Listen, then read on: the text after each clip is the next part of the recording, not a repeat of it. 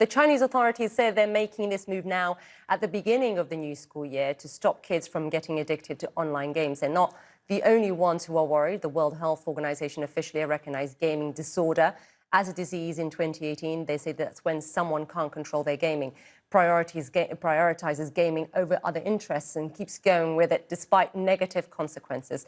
Professor Andrew Przybylski is an experimental psychologist and director of research at the Oxford Internet Institute.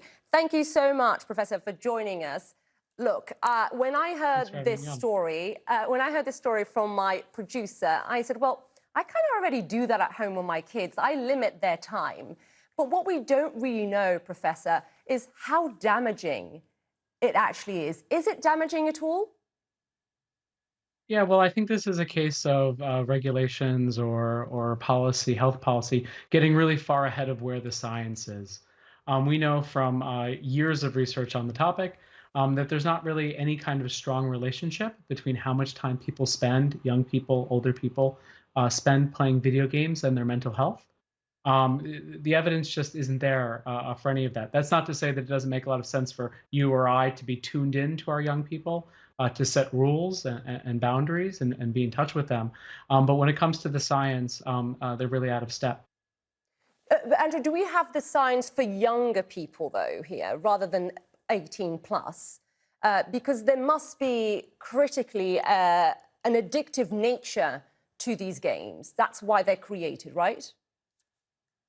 Well, I mean, you have to be very careful about using the word addiction. There's like a technical psychiatric meaning that we'd use in psychology research, and then there's the everyday use of using the word saying it's fun or it's enjoyable. So when you talk about young people, no, we also have evidence from young people. We ask young people how they're doing. We ask their parents about their video game play habits. And again, we find very little relationship between just raw hours or minutes of video game play and mental health and well-being outcomes. What we do find is that the reasons why people have to play games, young people have to play, if they're playing because they feel like they want to, it's okay. But if they feel like they're playing out of a sense of compulsion, that's a red flag. That doesn't necessarily mean drawing a psychiatrist into the room, but it does mean having a heart-to-heart chat with your child. So when you hear parents basically saying, I'm limiting the time my child spends on gaming, do you roll your eyes, or do you really understand the other components? They need to socialize, they need to be doing some exercise.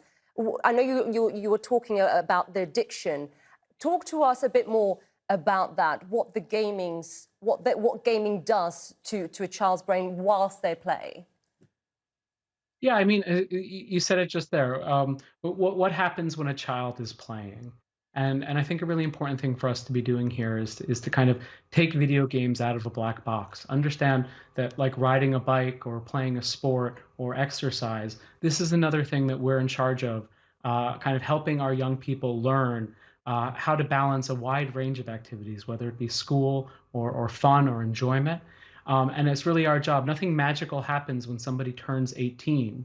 And if we don't prepare young people for balancing the ups and downs of life, we're doing them a profound disservice. I think it's amazing. I don't roll my eyes when a parent says they limit screen time or they limit video game time, because at least that means that they're engaged. And I really hope that that means they have the kinds of conversations that my partner and I have with our young people as we try to teach them things like this. Yeah, I'm often having this discussion at home, Andrew. But let's talk, I mean, are there any benefits to gaming here? Yeah, so we tend to find that people who play more video games, they actually are slightly happier than those who don't. And this is kind of analogous to anyone who has a hobby. It might be that happier people have access to, video games than less happy people. It's a bit of a chicken and egg problem. But no, I mean, this is a case of the science, in many cases, not being very strongly in favor of the benefits direction. It's pretty clear that video games can connect people, that people can relax playing them.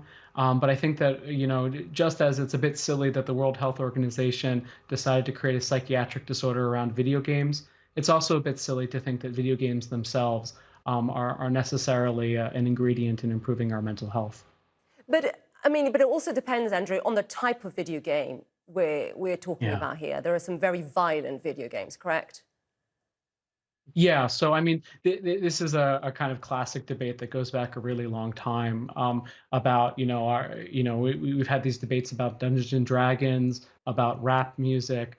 Uh, you know, uh, the question is, do comic books make young people more likely to commit crimes?